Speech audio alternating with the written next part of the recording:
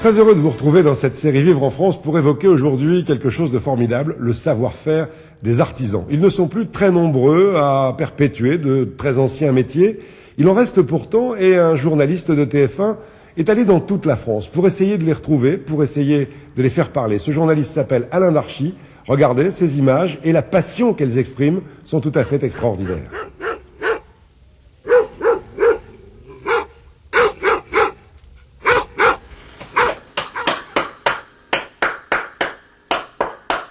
Et je suis galochier.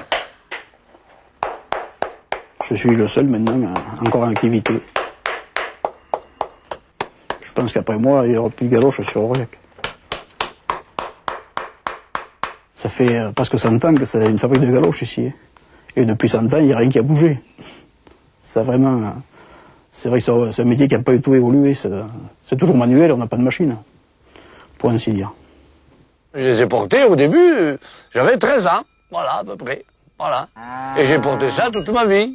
Toute ma vie, je portais les galoches. La galoche, ça a été la première chaussure qui est au monde. Dans la préhistoire, ils mettaient déjà une planche de bois sous les pieds, qui reliait dessus avec une lanière. Les gens de la terre, avant, ils portaient des galoches. Parce que dans le temps, c'était ceux qui n'avaient pas beaucoup de sous qui achetaient des galoches. Mais maintenant, avec les tracteurs et tout, le métier a carrément changé. Il marche beaucoup moins et c'est vrai que c'est pas évident. Les jeunes ne s'y mettent pas. Ils préfèrent les bottes. Mais celui qui a l'habitude de porter des galoches, ils en portent toute leur vie. Il y en a qui les portent même le dimanche. Autrefois, les paysans allaient même à la ville avec les galoches et le blouson. Ils allaient à la ville faire leur commission avec ça et remonter avec ça. C'était une paire de chaussures portée continuellement par les paysans autrefois.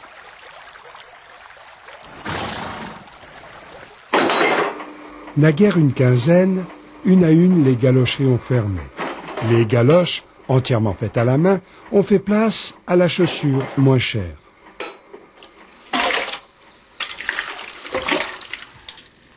C'est surtout le travail du cuir, trempé pour la mise en forme dans de la colle chaude.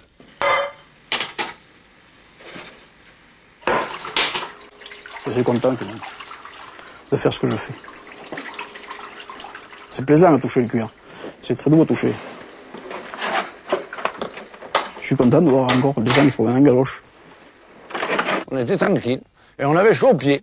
Voilà. Tandis qu'aujourd'hui, les bottes, ça esquinte tous les pieds. Puis on tire le cuir à l'eau chaude. Et quand on monte la galoche, on voit automatiquement la forme du pied qui se met en place. Et à force, c'est assez plaisant comme travail.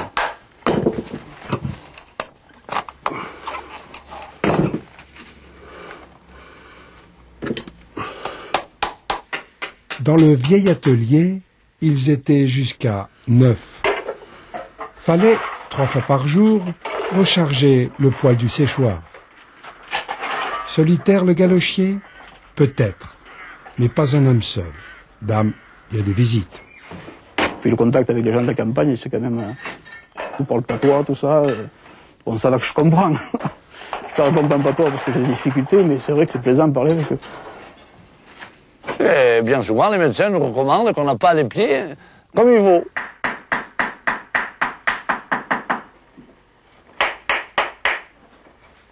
Il y a un rythme. Ben oui, il y a un rythme, oui. Une fois qu'on a la cadence pour planter des pointes, le marteau tape toujours. Et même quand on a fini de planter la pointe, on en prend une autre, mais le marteau continue toujours à taper. Ça se fait machinalement. Même sur les hommes, on arrive à avoir des encoches où la pointe passe toujours. Elle est toujours au même endroit, toujours au même endroit. C'est une habitude. On s'en rend pas compte. Il faut que le pied navigue et qu'il ait de l'air. Plus il a de l'air, mieux ça va. Et on a le pied dur, comme les vaches. Allez, toi. Vous vous souvenez, quand vous étiez petit, vous mettiez vos galoches dans la cheminée Ah oui, pour faire passer le Père Noël. Le jour arrive pas assez tôt pour aller voir qu'est-ce qu'on avait dans nos galoches. Voilà.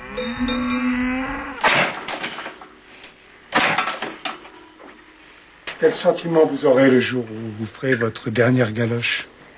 Oh ben, il y aura sûrement une petite boule quand même, parce que j'aurais passé presque 20 ans de ma vie. Alors j'espère que ça va tenir encore un peu quand même, que je puisse aller jusqu'au bout. C'est vrai que ça me fera mal au cœur maintenant. S'il n'y a personne derrière, ça va vraiment... ça va faire quelque chose. Si je passe devant la broque, c'est fermé, c'est vrai que...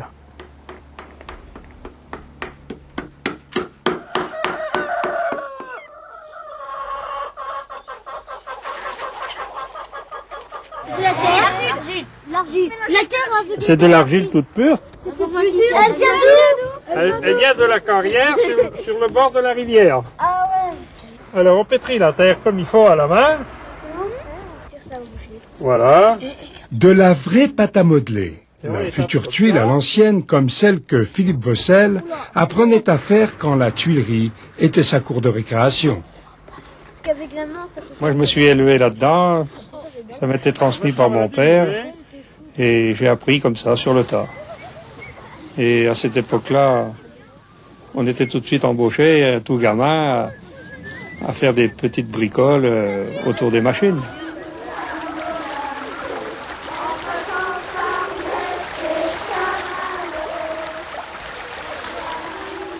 À quoi on reconnaît un beau toit, une belle couverture? Il y a déjà le charpentier et le couvreur, ils sont pour une grosse part.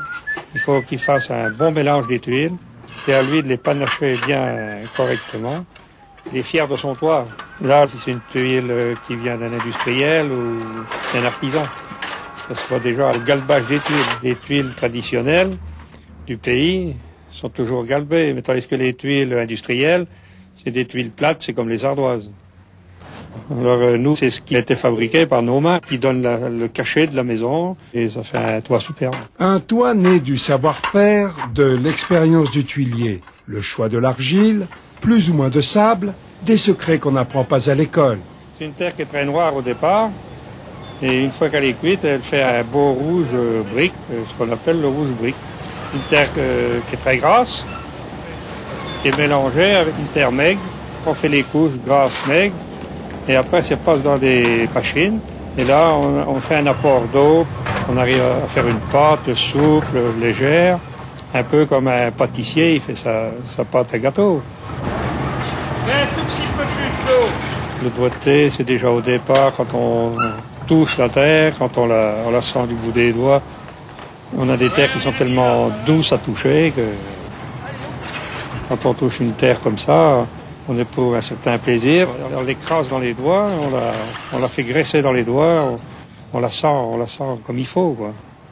Et on la regarde plusieurs fois, on y retourne, tâter la terre. On aime ça, on aime la toucher, quoi. Ce sont les clés qui donnent la forme galbée. Ensuite, c'est porté dans le séchoir. Là, ça sèche pendant 15 jours. Vient alors la mise au four, opération délicate. Aucune tuile ne doit pouvoir bouger. Il faut savoir qu'il y a un retrait d'1 millimètre par tuile pendant la cuisson. Il y en a jusqu'en haut. Quand c'est plein à ras-bord, le tuilier sort par la cheminée. De leur temps aussi, les vieux tuiliers jouaient les Pères Noël. Pas de la chasse, hein? Pas des tuiles, hein? Ah, des tuiles, là, oui. Tout au feu de bois, enfin, le mystérieux mariage de la terre et de la flamme. Il y a une belle trace de flamme, là. Regardez ça, c'est pas l'homme qui va faire ça. Il n'y a que la nature qui va faire ça. La nature, les dieux, les divinités, la flamme. Il a du talent, fou. Un four comme ça, il module, c'est lui qui module. C'est lui qui fait un flammage à tel endroit, un autre un peu moins à cet endroit-là. Ça, c'est le feu qui décide.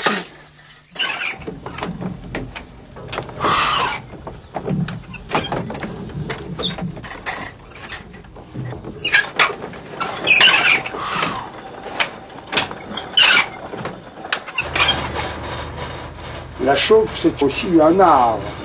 C'est-à-dire qu'au départ, il faut déjà commencer à faire des petits feux, qu'on appelle. Et progressivement, à fur et à mesure que la température monte, on remet plus de bois.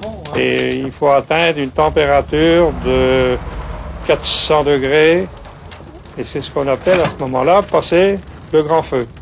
Et on arrive à monter à 1100 degrés dans le foyer pour finir sous la voûte à 950 degrés. L'étape du grand feu qui dure de 30, 3 heures, même voire des fois 40 heures.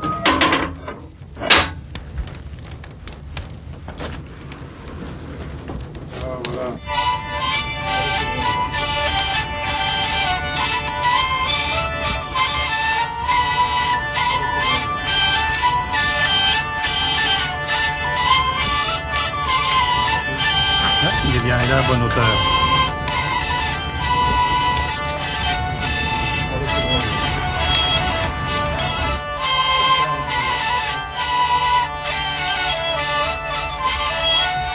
Quand vous ferez votre dernière tuile, Ah ben là, ce sera dur.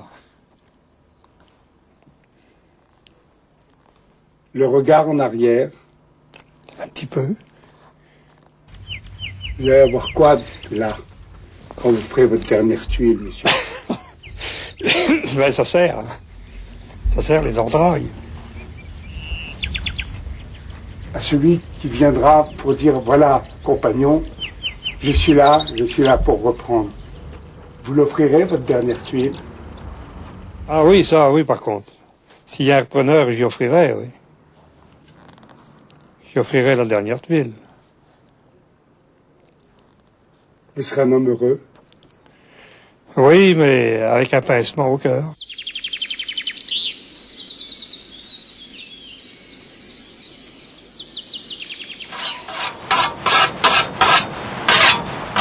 Quand le faucheur refait une beauté à sa lame, le geste est délicat, souple et virtuose.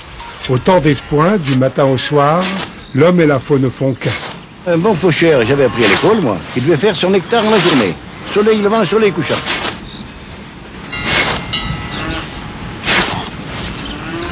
Vous aimez ça? Ah, j'aime ça, moi.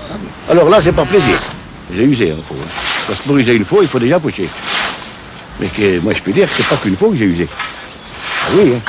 Parce qu'il y en a qui veulent pas le croire, mais on fauchait, il y avait quand même 11 vaches, on en fauchait plus de la moitié à la fois, sans forcer, et puis, comme je dis, moi, je me soucie pas, parce qu'il y en a qui disent, oui, mais je cours pas, et je vais tout doucement, je cours pas.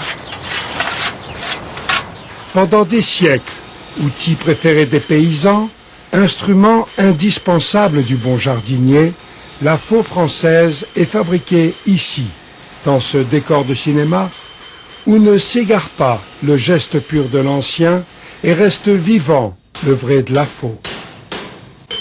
À quoi on reconnaît une belle faux? Ah ben, une belle faux, on la reconnaît d'abord quand elle est mince et quand elle est bien effilée. Pas tout à fait plate, mais presque. Et légèrement vrillée parce qu'autrement la pointe, elle toucherait la terre et donc la faux, il faut qu'elle soit toujours un peu vrillée. Et le talon, il est plus plat que vers la pointe.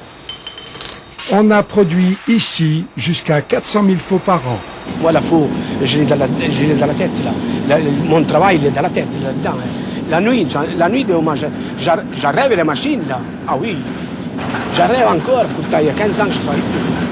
C'est vrai, mais Alvaro Luigi vient pour le plaisir transmettre sa foi, l'amour du beau travail, le secret du geste. C'est pas en sortant des écoles qu'on sait travailler, c'est pas vrai. C'est sur le tas, on appelle ça ici. C'est là, avec les tenailles et le marteau, avec nos mains, comment qu'il faut travailler. C'est ça. S'il n'y a pas un ouvrier spécialisé qui l'apprend aux autres, il n'y aura plus d'ouvriers. C'est obligé. C'est comme vous, hein? Vous êtes à cette caméra. Si vous ne faites pas voir à votre collègue ou aux autres, ils ne pourront pas apprendre à filmer. Un métier, les mains, c'est quelque chose. Et la tête aussi. C'est l'adresse. C'est l'adresse. Il ne s'agit pas d'être grand ou costaud. C'est l'adresse et la sveltesse qu'il faut. Être agile, comme un lièvre. Et le coup d'œil quand même. Et le coup d'œil, oui. Pour le fabriquer de plus en plus joli, de manière que la faux continue. Elle continuera tant que Manuel trônera devant son martinet. Manuel, le seigneur de Pont-Salomon, le dernier patineur de faux. Seul dans le vaste atelier rempli d'un vacarme indescriptible, jour après jour, il ébauche, sculpte, façonne le métal chauffé à blanc. Au rythme dantesque du dernier martinet hydraulique de la vallée, un petit bout d'acier prend forme de faux.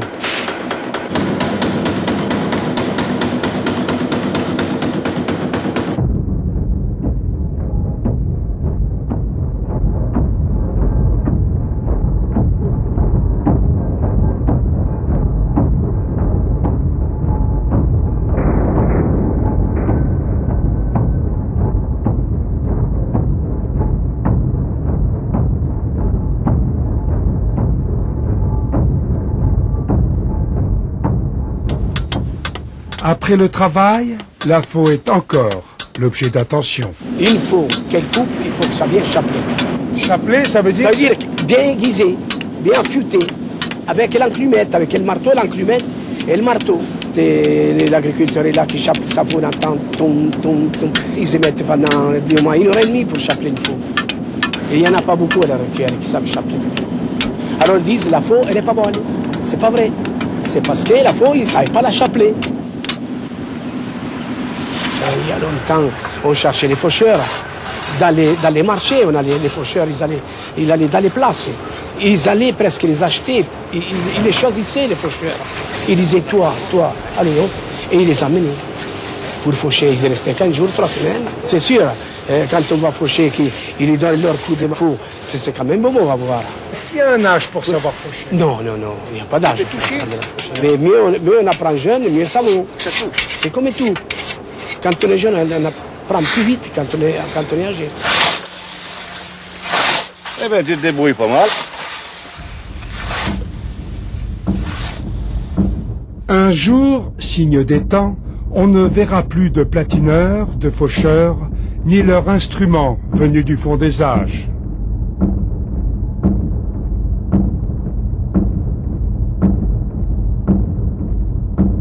Les hommes des champs, aux gestes élégants, amples et circulaires, tranchant l'herbe dans le sifflement sourd du métal, auront survécu à 20 siècles d'histoire paysanne.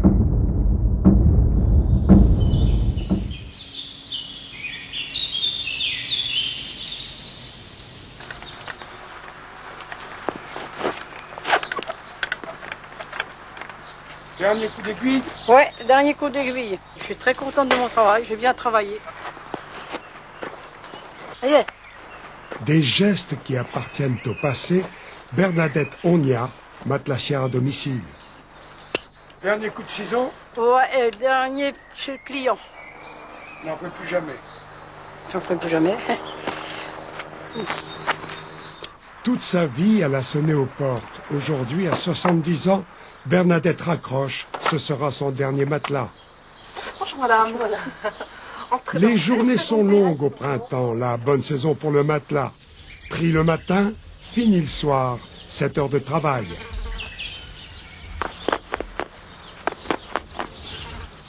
La laine de l'ancien matelas va servir au nouveau. Pour lui rendre son gonflant, la cardeuse, outil de plusieurs générations de matelassiers. Ça vient de famille, ça vient trop. C'est très vieux. Ça fait bien pas loin de 300 ans dans la famille Ogna qui font des matelas. Le grand-père de ma belle-mère, il se déplaçait à pied l'été, il allait dans les campagnes avec sa charrette pour travailler dans les fermes un peu partout. C'est le montage qui est le plus dur. Le cardage est dur aussi, très dur. Mais enfin, le montage est encore plus dur. Ah, mon pauvre monsieur, j'ai pleuré plus d'une fois quand j'ai commencé à travailler. Mais on n'a pas peur du premier jour. Hein. C'est quoi un matelas bien fait? Bah, qu'il n'y ait pas de... qu'il y ait déjà pas de vol, un morceau de laine en moins, ça se voit. Ça fait le trou tout de suite. C'est qu'on ne vous mette pas de la saloperie dedans. Un matelas lourd, c'est que c'est pas de la bonne camelote. C'est pas de la bonne laine. La bonne laine, bien douillette, remplacée par le synthétique et les ressorts, des matelas qu'on ne retourne pas. La production lainière va en majeure partie aux filatures, à la tapisserie, le matelas traditionnel en laine, pratiquement oublié. Les Maghrébins y sont fidèles. Le mouton appartient à leur culture. Dans les campagnes aussi, on y est près de ses racines. C'est plus chaud, c'est plus résistant. Vous gardez ça toute une vie. Quand il est trop creusé, qu'est-ce qu'on fait? On le fait refaire. Tandis que quand c'est un matelas à ressort, qu'est-ce qu'on fait? On le met à la poubelle. Mais les jeunes de maintenant, ils n'ont pas été habitués à ces matelas de laine. Qu'est-ce que vous voulez? On ne peut rien y faire. Parce que les gens reviendront, hein. Ils y reviendront. Peut-être pas tout de suite, mais ils reviendront.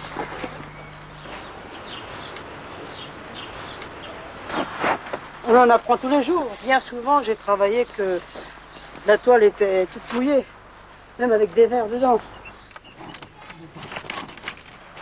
Mais maintenant, les matelassiers qui se déplacent, c'est fini. C'est du râpé, hein, on ne travaille plus.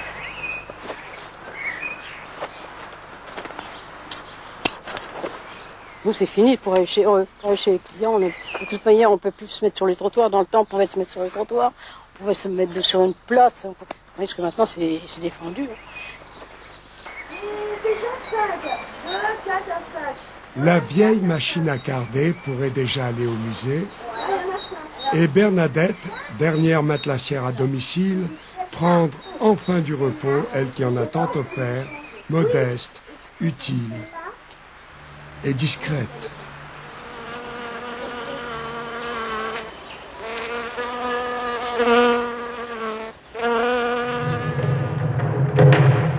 Sous vos yeux, 7500 barriques de cognac, 350 litres chacune. Dans leur ventre de chêne, l'ambre du liquide inné de la lente et prodigieuse alchimie qui unit le vin au bois. Né il y a plus de 2000 ans chez les Celtes, le savoir-faire du tonnelier n'a pas changé depuis des siècles. Au commencement, le chêne, le plus noble des bois, la grume, fendue dans le sens du fil, pour en tirer les douelles.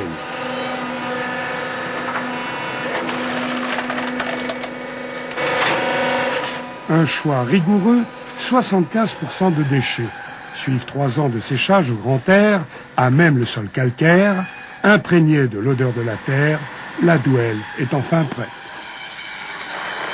Dans la vieille tonnellerie Chalufour à Jarnac, ils sont 9 à répéter chaque jour les gestes qui donneront naissance au tonneau. Opération délicate, l'assemblage des douelles à l'intérieur du cercle de moule avant que le marteau ne s'abatte lourdement sur le feuillard emprisonnant le bois.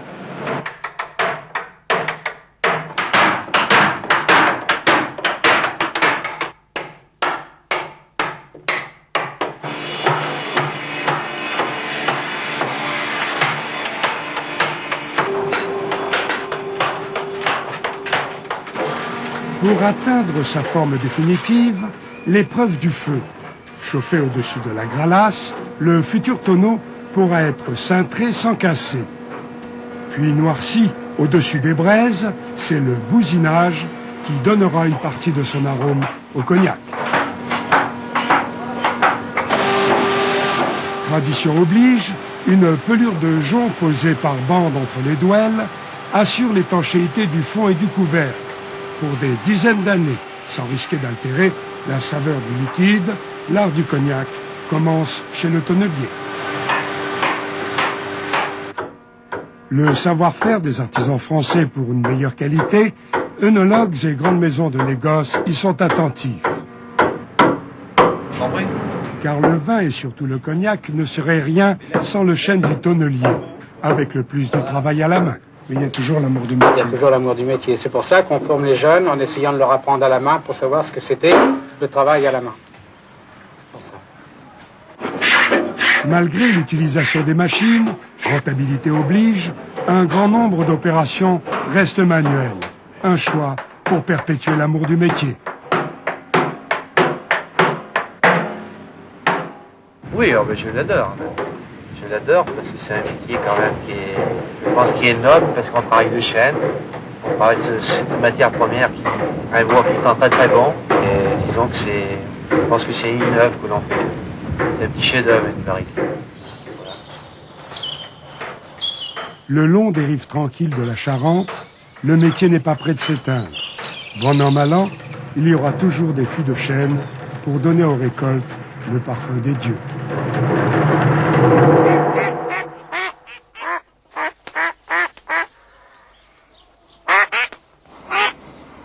Ça a été il y a un siècle maintenant pour les besoins de la marine au long cours.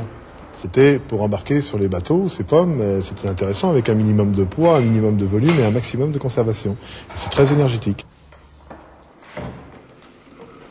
Moi, je me suis passionné pour cette histoire de pommes tapées parce que je me suis aperçu que là, il y a quelque chose qui disparaissait corps et âme. 75 ans après, vous vous rendez compte, il était temps. Je n'ai pas eu de transmission orale. Une carrière souterraine qui donna la pierre aux bâtisseurs de châteaux. La vocation d'un homme des cavernes, Alain Ludin renoue avec ses ancêtres. Dans sa grotte, il fabrique des pommes tapées. Quand je suis arrivé ici, on n'en faisait plus depuis 1914, donc j'ai dû réapprendre le métier avec madame, tous les deux, là, pendant 2 années. Pas n'importe quelle pomme. Seules les variétés anciennes conviennent. Celles utilisées autrefois par nos ancêtres avant l'arrivée du courant électrique, quand la cheminée avalait des sarments de vigne à longueur de journée. Voilà, encore une petite demi-heure, puis c'est bon. Tout ça, ça faisait la cheminée. Moi, mon arrière-grand-mère, elle vivait dans le coin de l'âtre, et c'était le feu dans la cheminée qui éclairait la pièce. Mais de toute façon, il fallait du feu, il fallait gagner quelques degrés, faire la cuisine, il fallait avoir de l'eau chaude. Et les gens vivaient là-dedans. Les braises sont étalées dans le four, puis amassées de chaque côté. Là, il faut que la température soit adéquate. Et là, c'est l'œil le nez plutôt du maître qui voit quand c'est suffisamment chaud, parce qu'il ne faut pas être trop chaud, il ne faut pas être trop froid, pour éviter de les cuire justement ou éviter de les moisir. Et ça, c'est le métier qu'il faut qu'il rentre. Quand c'est suffisamment chaud, on enfourne donc toute notre fournée. Et chaque enfournement, je veux dire, c'est 24 heures. On a gardé aux pommes la queue et les pépins. On travaille sans précipitation, mise à nu, la chair est délicate. Peu à peu, les fruits se dessèchent, l'eau s'évapore, le goût reste. Et entre chaque mise au four, l'art du tapeur de pommes, taper sans éclater. Et puis, le lendemain, il faut les ressortir, et il faut se les taper une par une. Hein? Et pendant ce temps-là, on fait du feu dans le four pour maintenir la température à l'intérieur du four. Et on les tape le surlendemain, et on les tape le 3e jour, et on les tape le 4e jour. Et au bout de 5 jours, vous avez une petite galette, là, comme un petit macaron, cette pomme qui est en dessous de 2 cm, parce que c'est impératif. Hein. Pour la conservation, il faut absolument qu'un fruit dessicqué fasse moins de 2 cm. C'est ce qui garantit la conservation. Pendant des dizaines d'années. Qu'est-ce qu'on en fait des pommes tapées? On les réhydrate dans une préparation à base de vin, sucre, cannelle et poivre. Voilà. Dans une casserole, pendant environ 3/4 d'heure, 1 heure.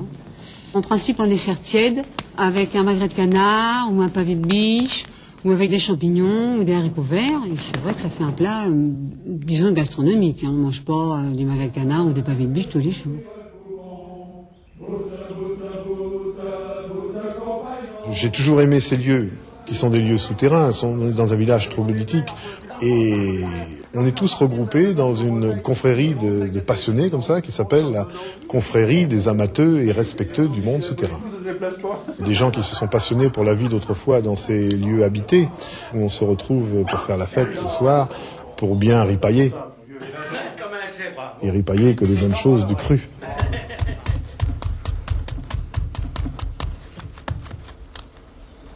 Moi, je crois que le bonheur que j'ai, c'est de pouvoir raconter à mes visiteurs toute cette histoire de la vie de nos ancêtres quand ils faisaient des pommes tapées, parce que c'était vraiment étonnant, quoi.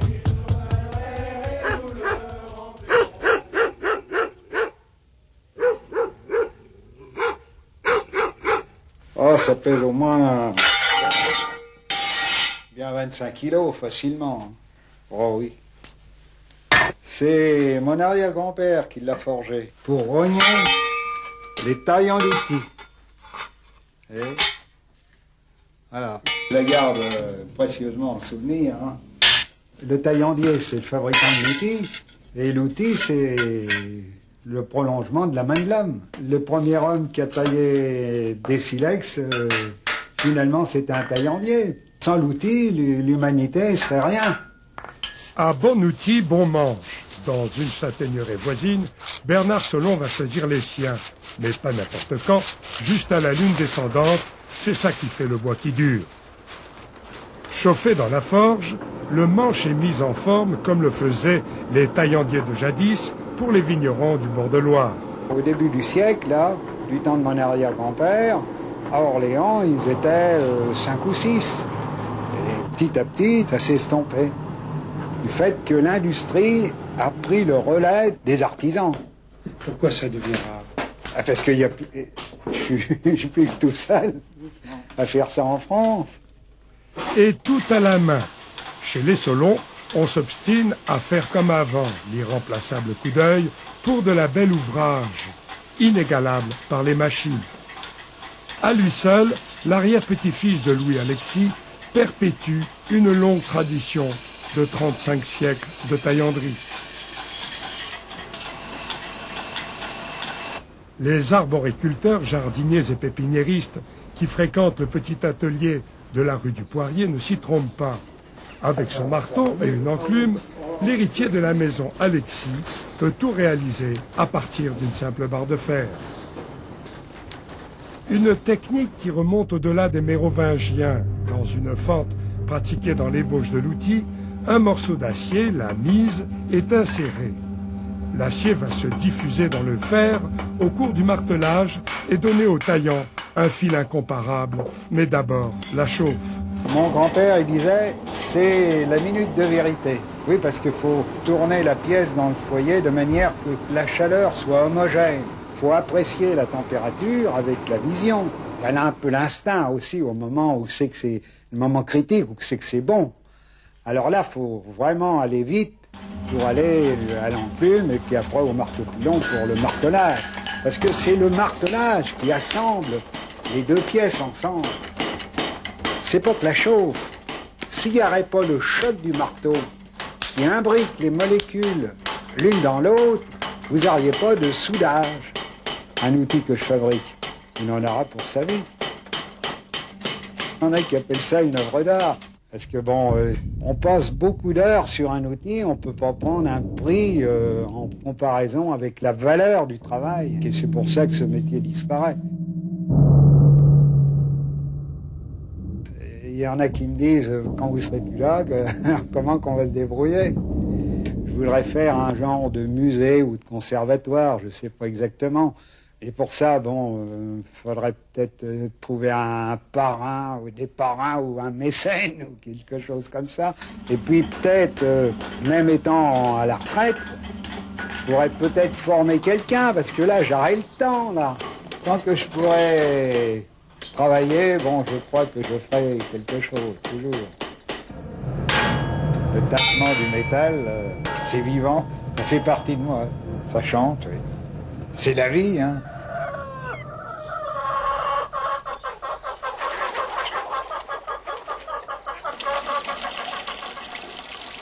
« 50 degrés d'alcool, toute pure, l'eau de vie à la sortie de l'alambic. Gourmand, Pierrot le garde champêtre y va du doigt, du nez et de la moustache. C'est vu avec modération. À la moustache, ça maintient le parfum. Oui. On garde le goût comme ça. L'alambic est une espèce de grande cocotte minute parcourue de tuyaux. Au travers des produits à distiller, la vapeur se charge d'alcool. Refroidie, elle redevient liquide, l'agnole comme on dit dans le pays. L'alambic au village est l'aubaine attendue des fines gueules. On vient avec la saucisse à cuire, améliorée de quelques injections de gnôle. Alors là, je vous dis pas, vous mettez ça sur un lit de marc de raisin, salé, poivré, et mettez à cuire dans les vapeurs de distillation. En attendant, vous pouvez déjà sortir le couteau de poche. Oh, ben on vient surtout pour le casse-croûte, parce qu'aujourd'hui, c'est le seul métier qui reste où on peut grouper pas mal de gens autour de l'alambic. Autrefois, c'était les batteuses, il y a bien longtemps que c'est fini. Et tout de suite, l'alambic, évidemment, regroupe tout un village, parce qu'il y a une personne ou deux qui distille, mais tout le monde vient manger un morceau de saucisson. la période du 15 octobre au 15 avril est la durée légale pour la distillation. Tout l'hiver, Jean Gagnat et son alambic parcourent d'un village à l'autre 5 cantons du Puy-de-Dôme. Dans les montées, ça fume, l'alambic fait 5 tonnes.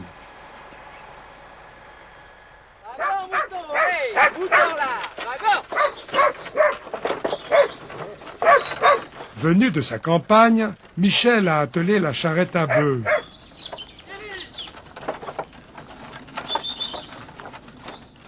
Derrière moutons et dragons, le baril de prunes fermenté à l'automne et les bonbonnes prêtes à être remplies.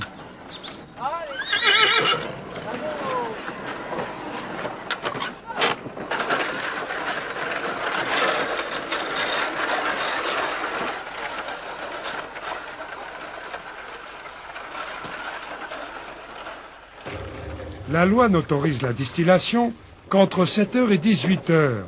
Chaque paysan récoltant attend son tour pour passer ses produits à l'alambic. Framboises, raisins, poires, réservés à la consommation familiale ou aux amis. Acquis à la Révolution, le privilège de bouillir n'est plus transmissible et la réglementation est sévère. Chaque privilège a droit à 20 litres. Vraiment un privilège. Et qui va s'arrêter d'ailleurs. Je fais de l'eau de vie tant que j'ai mon père. Et puis après, ça sera terminé, quoi. C'est intransmissible. Et c'est dommage que le droit se perde parce que c'est non seulement un privilège, mais c'était un droit et une liberté qui se perd. Le jour où ça s'arrêtera. Leçon de choses par l'ami Pierrot, intarissable sur les bœufs. Ah oui, mais tu vois, on voit ceux-là. On voit pas les autres. Ah mais... L'agnole qu'on a faite soi-même est la meilleure du monde, évidemment. Mademoiselle, faites attention à vos doigts. Tous les produits que les gens récoltent sont toujours meilleurs que celui du voisin qui aura une qualité à peu près identique. Voilà, ça se passe ainsi, en Auvergne, bien sûr.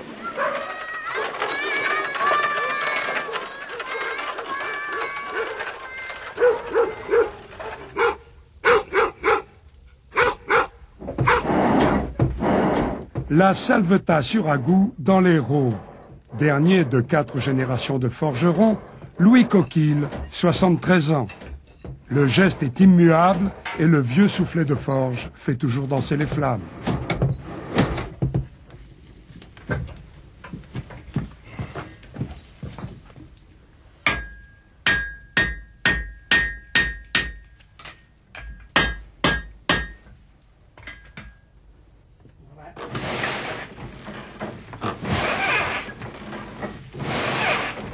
Cocalière dans le Tarn, au vieux Larticou, Gaëtan Saut, maîtresse grillade, redonne vie aux braises assoupies. Ici aussi, l'antique soufflet qui a traversé le temps remplit encore son office.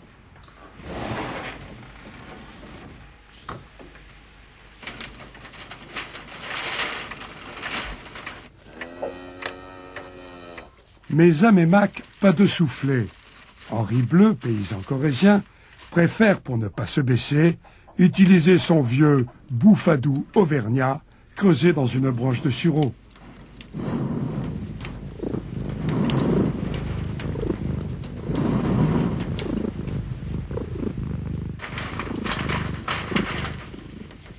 Qui dit âtre dit soufflet. Si modeste et tellement indispensable, il faisait jadis partie de tout équipement ménager. Qu'en est-il aujourd'hui ? La fabrique de soufflets de la Bastide, plus que centenaire, était prête à disparaître. Pourtant, 5 copains, 5 jeunes du cru, tentent l'aventure et reprennent l'affaire. Ils y installent un gérant, relancent la fabrication, et ça marche. Peu à peu, le savoir-faire amoureusement et patiemment retrouvé reprend ses droits. Sur une belle planche de hêtre, le bois du pays, on trace le soufflet qui est dégauchi, raboté, chantourné, poncé. Dans l'année, 7000 soufflets de toutes formes sortent ainsi de la fabrique. Certains deviennent de véritables objets d'art. Les doigts habiles de Claude Calvel, sculpteur sur bois à Albi, au gré de leur fantaisie, y ajoutent une touche de naïveté. Enfin, le travail minutieux du montage. Mais ne dites pas, le cuir est clouté à la main. Dites, des semences fixent la charnière et la basane de cuir sur le bois. Voilà, l'objet est prêt à respirer. Et lors de fêtes occitanes, à danser la farandole des meuniers.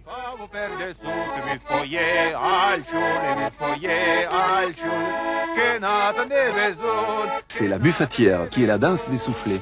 Alors, qui se pratiquait autrefois en cercle, garçons et filles alternés, et chacun avec son soufflet rempli de farine, et tous vêtus comme des fariniers, comme des meuniers, se soufflant au derrière, qui pour les garçons, qui pour les jupes des filles, en forme circulaire. Et pour les badauds, éventuellement, auto-assemblés.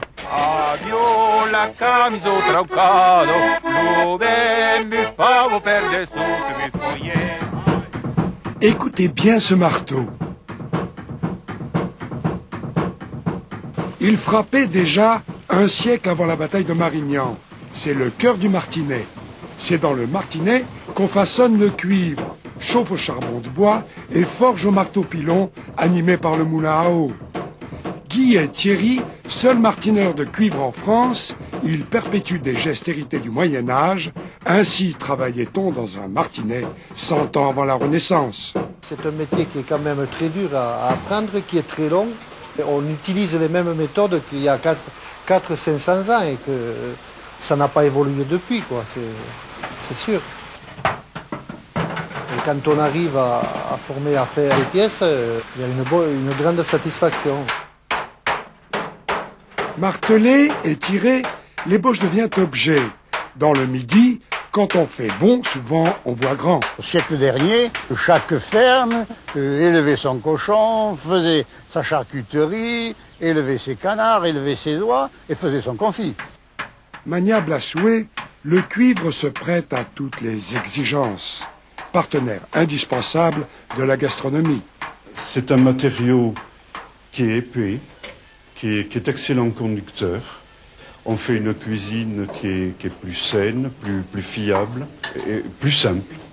Dans le cuivre, il y a la poésie, parce que si je prends, si je prends ça et que je fais ça, il y a déjà du son, il y a de la musique. Il y a de la musique dans le cuivre. On essaie d'imiter un peu la cuisine du bon Dieu et donc d'utiliser les meilleurs matériaux, donc le cuivre. Les récipients, les pastels, il y a les mères et les filles, toutes d'égale contenance, sont emboîtés les uns dans les autres et travaillés ensemble. C'est là le secret d'une fabrication issue du Moyen-Âge et perpétuée par des artistes d'aujourd'hui. Ils ont commencé tout jeunes avec moi, ils ont passé toute leur vie à mes côtés et j'admire leur travail. Je suis continuellement subjugué quand je viens ici et je regarde pendant de longues minutes faire tout ce qu'ils font.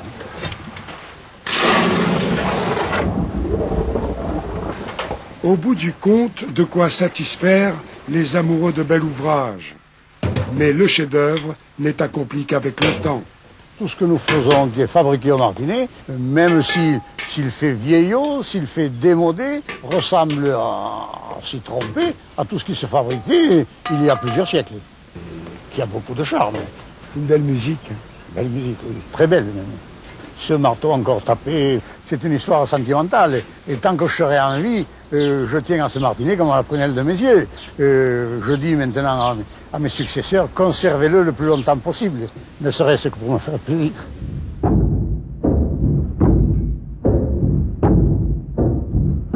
Le cœur de Maître Pierre, à l'unisson de son martinet, comme celui de Maître Cornille, de son moulin à vent. Il y aura toujours des Maîtres Pierre et des Maîtres Cornille pour tirer au petit matin la chaîne des ailes ou des aubes du vieux moulin.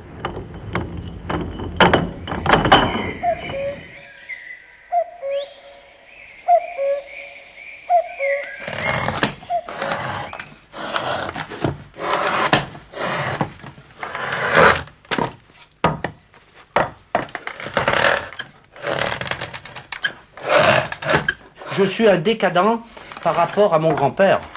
au point de vue manuel du métier, parce qu'il était beaucoup plus compétent que moi pour un sabot fabriqué à la main que moi. C'était un très très bon sabotier. Il arrivait à tailler 20 paires de sabots par jour, tout à la hache et à l'herminette.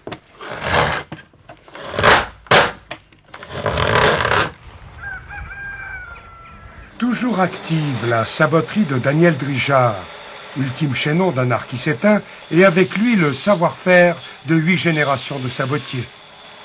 Mes ancêtres travaillaient en forêt.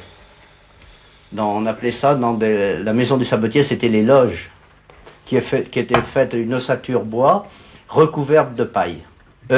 Souvent, il n'y avait pas grande distraction, ils se mettaient en bringue. Alors quand ils étaient en bringue, c'était au plus fort.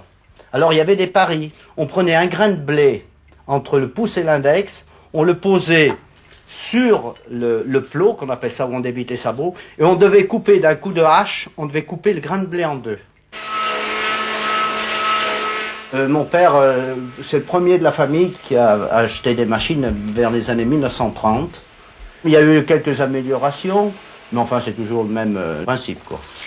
Dans le temps, la machine vous creusait 120 paires de sabots par jour. Et pour finir, toujours à la main, c'était le parroir, la ruine et la rainette. Comme les machines, les outils n'ont pas changé, ni le coup d'œil acquis sur le métier. Pour réellement être bon sabotier, il faut 5 ans de pratique. Il faut commencer le métier, il ne faut pas le commencer à la machine, il faut le commencer à la main.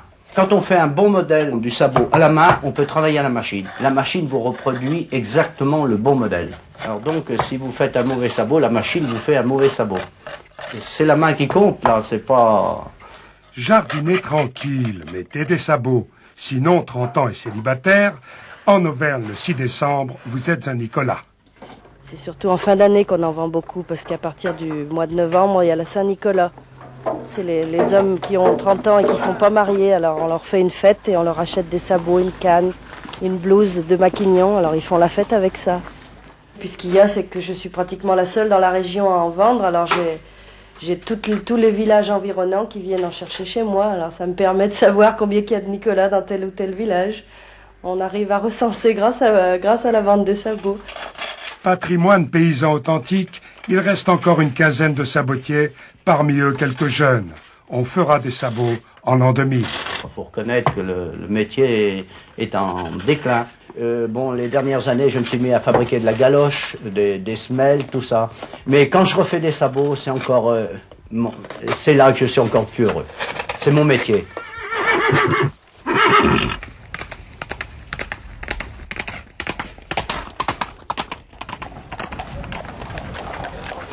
Nous voilà rassemblés dans la joie aujourd'hui pour la fête de Saint-Éloi. Ils sont venus de loin.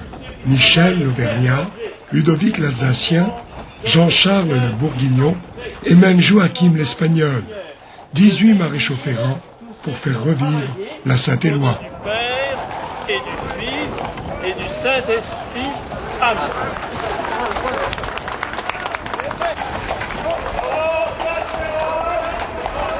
Maîtres du fer et du feu, ils ont répondu à l'appel de leur ami David, le maréchal de Velleron, afin de perpétuer l'art millénaire de la maréchalerie.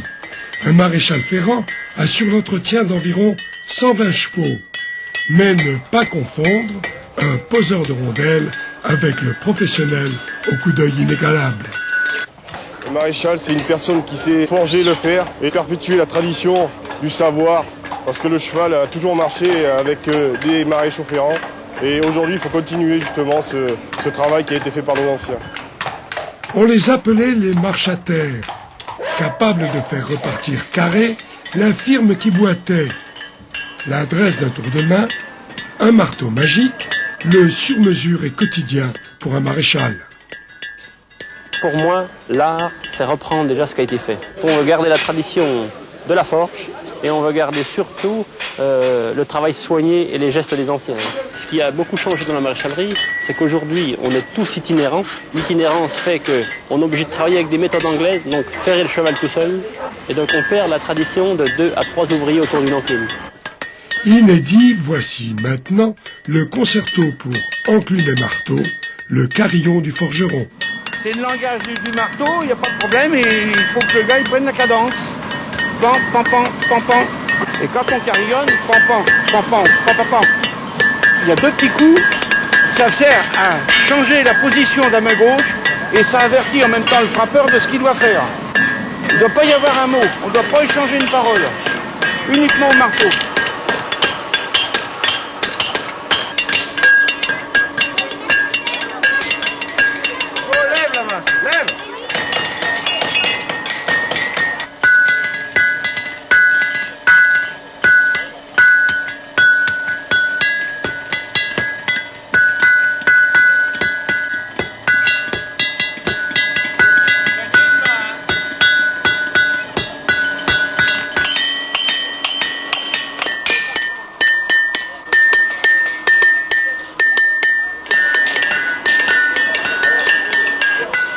On a travaillé en toute fraternité, toute sérénité, et on a fait un chef-d'œuvre qui va être magnifique, qui va être unique.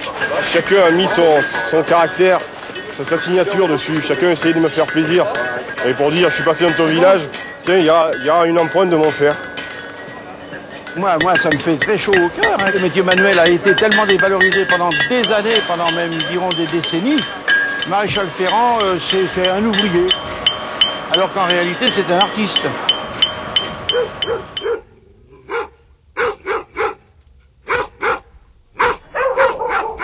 Regardez bien cet homme, il fait un métier rare. Notre métier dans nos campagnes, c'est de travailler le bois, faire la roue, la voiture complète, et faire toutes les ferrures qui vont pour finir la voiture. On est charron-forgeron. Le charron, homme fort du village, aussi indispensable que le maréchal ou le boulanger. On attelait alors le cheval ou le bœuf à la charrette, au tombereau. Il y en a encore qui en ont et qui les conservent parce que c'était les voitures de leurs parents ou autres, et puis ils les maintiennent à l'abri, ils les soignent. Il y en a qui regrettent beaucoup maintenant d'avoir démoli les vieilles voitures, de les avoir laissées dehors, courir et tout. Puis maintenant, ils s'aperçoivent qu'il y a un certain retour à l'arrière, un petit peu de conserver le patrimoine. Ce mot est revenu vraiment à la mode. Les roues qu'on peut faire ont encore une utilité. Il y a des brouettes pour le jardin et il y a encore dans la montagne des gens qui ont des bœufs, qui débarquent de bois, il leur faut donc des roues très solides. Puis il y a les collectionneurs qui demandent du travail bien fait pour garder les voitures de l'époque, exactement comme elles étaient. Commandée par un musée de l'armée, cette roue de canon pèse 300 kilos. Roger l'a faite de ses propres mains, à 72 ans. Il y a très peu de gens qui veulent d'abord la pente, c'est un métier pénible, et il faut de longues années pour vraiment savoir le faire. Parce qu'on met beaucoup trop de temps pour les finitions et tout, et il y a beaucoup de travail qui se fait encore à la main. Donc c'est peu rentable. Et c'est bien beau de faire une belle chose, mais il faut manger et vivre la famille. Parce que vous savez, dans mon métier, je n'ai pas connu un seul charron qui vivait aisément. Alors pour arriver des fois à joindre, il faut travailler un peu les soirs ou la nuit. Peu de métiers demandent à la fois la maîtrise du métal et du bois, la force pour frapper le fer au plus juste, la minutieuse délicatesse du travail au ciseau. Le travail du bois est beaucoup plus passionnant que le fer. Une matière vivante, le bois. Parce que le fer, c'est un métal inerte et il est plus facile à travailler que le bois. Le premier travail qu'on aime bien faire, c'est faire une roue. Dans une roue, il y a beaucoup de tours de main aussi. Quand on sait faire une roue finie, eh bien, on dit qu'on sait à peu près travailler. Un bon ouvrier faisait qu'une roue par jour. Il en a fallu plus d'un pour ce chef-d'œuvre, une roue à 24 rayons. Pour m'amuser, dit modestement l'artiste, qui utilise pour ces mesures des instruments à l'ancienne. Ils ont fait leur preuve au cours des siècles. Le moment qu'on a le plus de satisfaction, c'est de prendre le marteau et taper sur le cercle. Le son nous donne si elle est bonne ou pas bonne. Il y a un son. Elle nous parle, oui. Elle nous répond. Il faut avoir l'amour de ce travail jusqu'au bout. On part de rien et on fait quelque chose qui tient debout. Une roue bien faite doit tenir debout toute seule. Le sabotier, le taillandier, le charron, les vieux métiers s'estompent. L'ère moderne et ses machines sonnent le glas d'un savoir-faire étincelant. Le travailleur de demain aura-t-il la joie de dire « Tiens, c'est beau ce que j'ai fait, rien qu'avec mes mains ».